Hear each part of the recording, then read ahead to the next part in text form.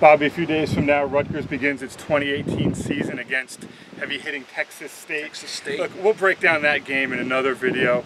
Today, we're talking about where do you see Rutgers at the, maybe end of November, December. Season expectations, we'll give you our predictions at the end of it also.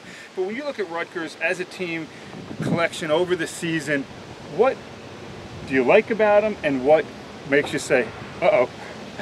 Well, there's a few things. The youth makes you say, uh-oh.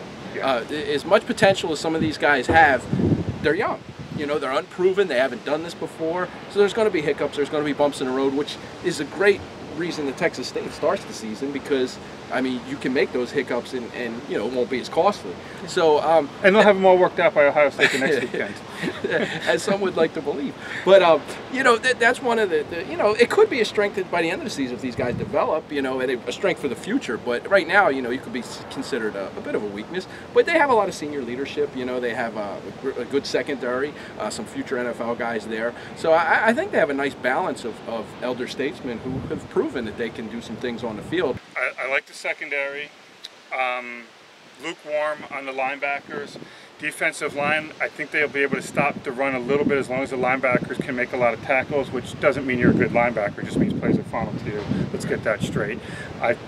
Their pass rush is a big concern. I don't think their linebackers blitz well. We'll see if their safeties can blitz. Offensively, I love the fact that Sikowski's going to be the starter, even though you're going to have growing pains. Offensive line, I think the offensive coordinator, John McNulty, will be able to do stuff to really help them and really accentuate what they do well.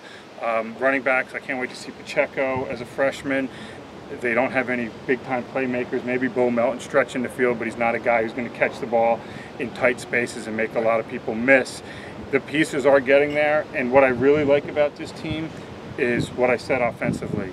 Arthur Sikowski, Isaiah Pacheco, and Bo Melton, not because they're going to have unbelievable seasons, but because they're getting necessary experience so they can have unbelievable seasons maybe in 2019 and 2020. Those are the things I like, and on camera, I'll start it off. I'll make it easy for you. I've gone back and forth. I can see anywhere from 4-8 to 6-6, maybe even 7-5 if things break right. It's Rutgers. Things rarely break right. We get that part of it.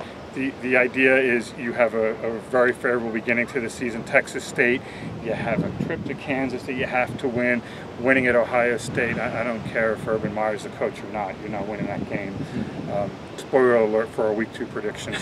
And then you look at the Illinois, the Indiana. Those are the things you got to win because at the end of the season it gets tough for me.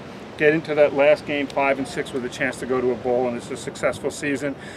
I don't care if you go to a bowl or not. That's not going to dictate success to me. And for me, 5-7 is where I'm sticking. 5-7. I've been going back and forth. I've been on the pendulum to 5-7, 4-8, 6-6. You know what? At least it's not 1-11. Yeah, you're progress. Things are looking up. They're going to be a better team. They're going to be a better team than we were last year. A better team than when Chris Ash took over. And you're seeing the progress. But these rebuilds don't happen overnight, especially when you're playing in the Big Ten East. The talent gap is just so great. So you're already starting out, and we've talked about this before, with 4 losses pretty much, because you're playing those heavy hitters. And, I'm going to go one up and say 6-6 because, maybe this is the year the ball bounces their way. Maryland has problems, Illinois has problems, Indiana has problems. You have a softer out-of-conference schedule. You don't have to play Washington. You don't have to play Eastern Michigan.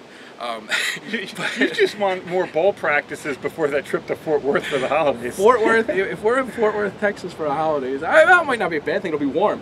Bowl games are fun though. There's so many now. It doesn't matter. I would love the Bahamas Bowl. That they're not on the slate for that. But that would be a very welcome, the trip in the postseason. But I'm gonna go 6-6 just because it's their year to get some bounces, get some breaks, have some of these young guys develop, and there's a reason for optimism here. So I'll say 6-6 and say the glass is, it's starting to fill up. It's a little past half full. I'm sorry, but a long way to go till full. But there you have it.